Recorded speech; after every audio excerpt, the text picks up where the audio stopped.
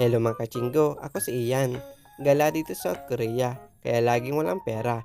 Gala doon, gala dito. Kain doon, kain dito. Waldos pera dito, waldos pera doon. Kaya talagang walang matitira. Siya pala si Paulo, ang lagi yung kasama sa paggagala.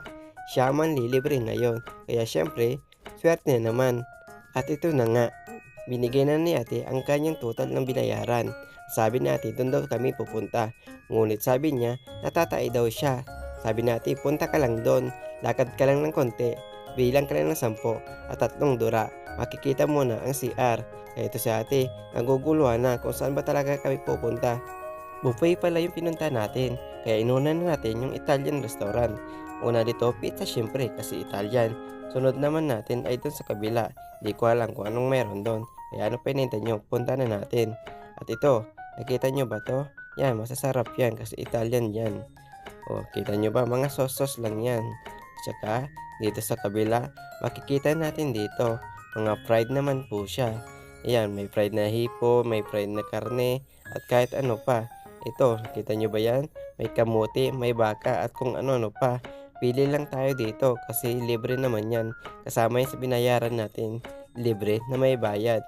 Ito, kumuha na tayo dito ng kamote. Kamote pala dito ay napakamahal. Kaya sulitin na natin.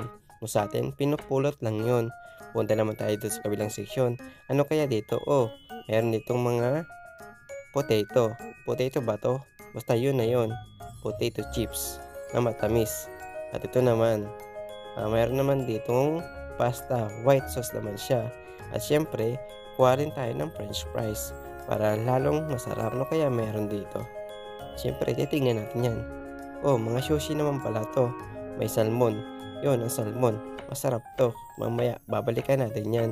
At syempre, pupunta na naman tayo sa table natin para kumain. Kaya ano pa hinintay nyo? Lamon na. At ito na, nakakuha na kami ng pagkain. At syempre, konti muna. Para hindi agad mabusog. Para masulit yung binayad niya. Ikukwentuhan pala kami dyan habang kumakain. Sabi niya, sulitin natin yung pagkain natin. At sabi ko naman, pambalot ka pa dyan. Ibalot na natin. Para sulit talaga, iuwi natin. Ngunit sabi niya, baka di na tayo makauwi sa Pilipinas. Kaya lubos-lubusin na lang natin ang kain. Huwag na tayo mag-take out. Kasi baka makulong lang tayo. At ayun, tingin ng tingin siya sa mga tao. Baka may makakita sa amin na binabalot namin yan.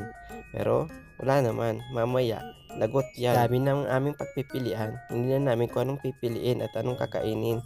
Kasi sa dami niyan, at tingin mo pa lang, busog ka na.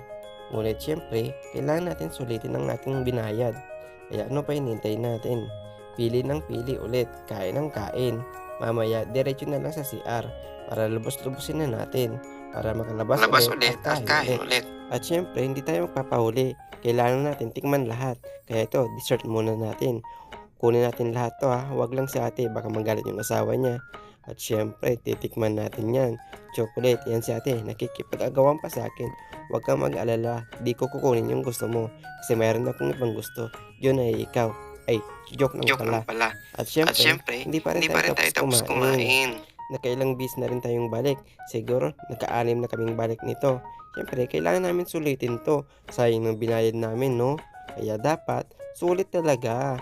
Hanggang sumakit ang tiyan. Diretso na lang ulit sa CR. Para kumain ulit. Kaya ano pa hinintay nyo? Tara na. Kung bago lang pala kayo sa aking YouTube channel at saka sa Facebook page, paki-follow naman. Maraming salamat.